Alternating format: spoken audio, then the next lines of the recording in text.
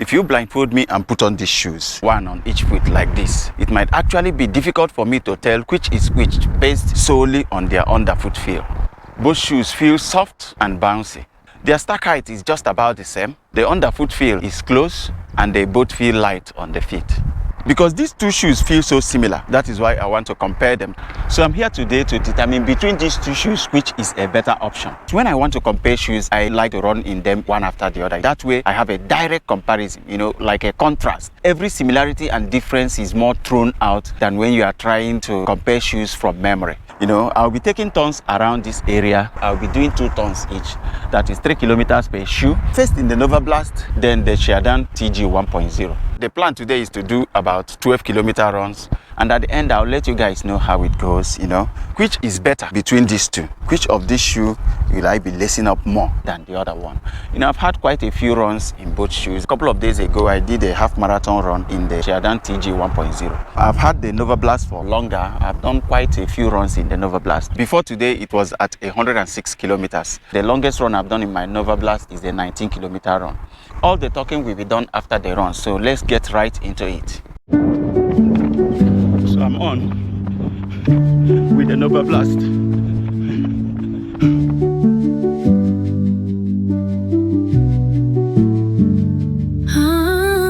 Scrolling through a world so perfect, smiles painted on like art, but behind the glass and filters, our souls falling apart. We chase the next big mountain, but forget the view below. Blind to the seeds we planted, 'cause we're always on the go. We climb so high, but forget to breathe. Keep chasing more, never feel complete. Running through time like we've got an endless road. But what's the point if we never really lived? We light up the sky, but burn from within, trying to win a race that never ends, when all we need is right in our midst. Don't we miss it all and never really lived? Milestones, likes and mentions, but silence fills the night. We trade our peace for pressure in this endless quest for likes.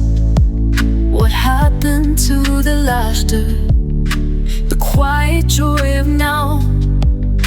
We're living for tomorrow, while today slips out somehow. We climb so high, but forget to breathe. Keep chasing more, never feel complete. Running through. So guys, I'm done running in these shoes, the Novablast 5 and the QiaodanTG 1.0. Before the start of today's run, this one was at 21 kilometers and this one was at 106 kilometers. So let's start with the feet. The Novablast 5 has no issues. This one fits true to size. This is my usual size, US size 11 or EU 45, and that fits me perfectly. In the TG 1.0, the fit is tricky. I first bought my usual size here, but it felt a little too roomy in the toe box and just a tiny bit too long. So I returned it and went half a size down, and it fits a little snug, but not anything that I cannot run in. But I have to warn you, if you don't like snug fit, please go true to size in this one. And if you want to use it as casual wear, go true to size. The upper of the Novablast molds very nicely around the feet, giving that sock-like fit. In the TG 1.0, it has a little more room in the toe box than the Novablast, but it didn't give the sock-like fit that you will get from the Novablast. But if you have wider foot, the TG 1.0 will fit you better than the Novablast. Both of them have excellent lockdown, nice supportive upper, very breathable.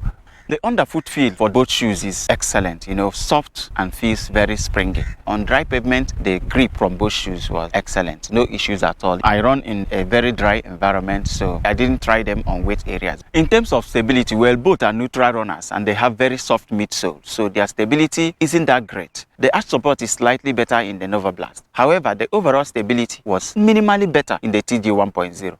Both shoes have very nice cushion, but the TG 1.0 feels a little softer. It is also a little more responsive than the Novablast 5. This felt slightly softer and more springy. Around this area is 1.5 kilometers. I was running one round and then changing the shoes. In one session, I decided to just throw it down and see what each shoe can do. I usually use my music to pace myself, so I ran with the same music, with the same rhythm. I did 1.5 kilometers in the Novablast 4 at an average of 4 minutes 52 seconds per kilometer. And I did this one first. Even when I was a little more tired, I still did 4 minutes 33 seconds per kilometer in the TG 1.0 with similar perceived effort. When I was running in this one felt definitely more springy. My cadence in the two shoes was the same, 170. But then the average pace in this was 4 minutes 52 seconds per kilometer, whereas the average pace in this was 4 minutes 33 seconds per kilometer, showing that because this one was more springy, my stride was longer, so it was faster. If I want to summarize, this felt softer, more responsive, and slightly more stable than the Novablast 5. One thing that we have to put into consideration is that my Novablast is now at 106 kilometers. Whereas this one is just at 21 kilometers. At 106 kilometers, 112 today, no scratch at all on this outsole. This one is still at 27 kilometers today, no scratch also on this. But then this is the Asics, which is the premium rubber from Qiaodan. So this is also a very durable rubber. So putting everything together, the TG 1.0 has a slight edge over the Novablast 5 in terms of overall performance. So if we talk about pricing, the Asics Novablast 5 on asics.com is listed for $145, but most people outside the US are likely to pay more. Like in my region here, the Novablast 5 is selling between 555 Saudi Riyal up to 705. That's between 147 to 181 US dollars. TG 1.0 on the other hand is being sold on AliExpress in this region at 299 Saudi Riyal, approximately 80 US dollars. For this region, the TG 1.0 is about $62 less than the Novablast 5, but you are still getting an even better performance. I didn't really expect that, but that's what I got out of my comparative testing of these shoes today. I understand that it's more expensive in some other areas because of import duties, tariffs. I also know that it is cheaper in some other areas depending on different countries, the kind of trade relationship they have with China. I think that's going to affect the prices that you are going to get all these Chinese shoes in. But in this environment, the difference in pricing between these Western brands and most of these Chinese shoes is huge. One thing is that when shoes are hyped, they make a lot of people feel that if you are not running in these shoes, you are not getting the best. But over time, it's clear to me that most times you're actually not missing anything. Most of my runs these days I'm doing in a lot of Chinese shoes, but I still buy the hyped shoes because if I don't test them, I will not have any basis for comparison.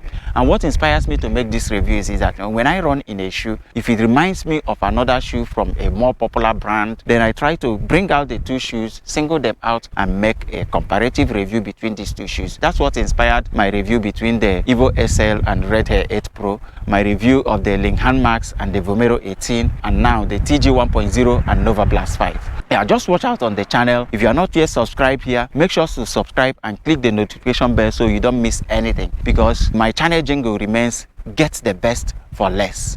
I think that's it for this one, guys. Thanks for watching. See you in the next video.